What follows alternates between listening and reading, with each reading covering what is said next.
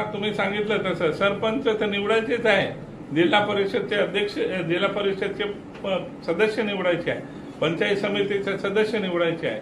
तर निश्चितपणानं या ठिकाणी सत्ता भाजपची राहील, भाजपचं सर्व काही असेल एवढं निश्चितपणानं सांगतो.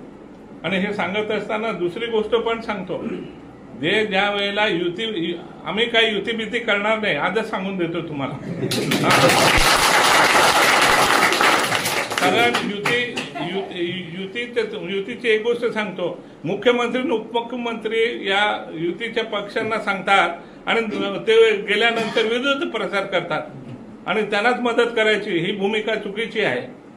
आणि हे असं करत असल्यामुळे आम्ही आमच्या मतदारसंघामध्ये युती करणार नाही, मग नगरपालिका असेल किंवा मग ग्रामीण भाग असेल, एवढं निश्चितपणानं सांगतो. आणि जिल्हा परिषद, पंचायत समिती, ग्रामपंचायती आणि नगरपालिका ही तुम्हाला आम्ही जिंकून ताब्यात देऊ, एवढंच या ठिकाणी तुम्हाला सांगायचं.